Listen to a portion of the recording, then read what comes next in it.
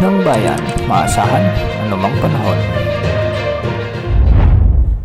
Magandang araw po sa ating lahat. Narito na ang pinakahuling update sa binabantayan pa rin nating bagyong Isang at ngayon ay nagpapaulan na sa malaking bahagi ng ating bansa.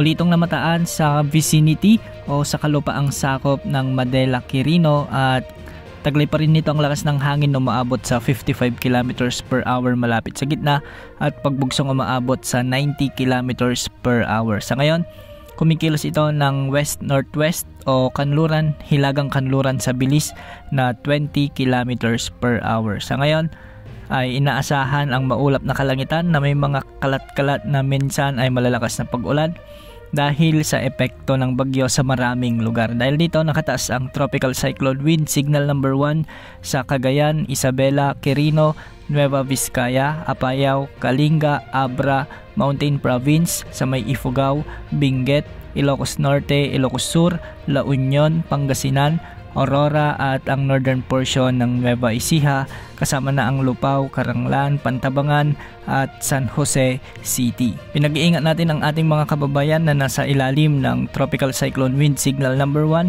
sa minsan ay may pabugso-bugsong paghangin at minsan ay malalakas na pagbuhos ng ulan dulot ito ng bagyong Isang. Base sa forecast track naman ng bagyong Isang ay inaasahan patuloy pa rin pagkilos nito ng hilagang kanluran sa mga susunod na oras at posibleng mamayang gabi ay makalampas na ito sa kalupaan ng Northern Luzon. Posible itong lumabas sa bahagi ng La Union o di kaya naman ay Ilocos Sur bilang isang tropical depression pa rin. Inaasahang makakahatak pa rin ng habagat ang bagyong ito na siya namang magpapaulan sa iba pang bahagi ng ating bansa sa mga susunod na araw at oras. Ngayong araw nga dahil sa pinagsamang epekto ng bagyo at ng habagat, asahan na ang malalakas na pag-ulan sa La Union, Benguet, Pangasinan, Zambales, Bataan, Occidental Mindoro kasama na ang western portion ng Batangas, Quirino, Nueva Vizcaya at Aurora. Samantala,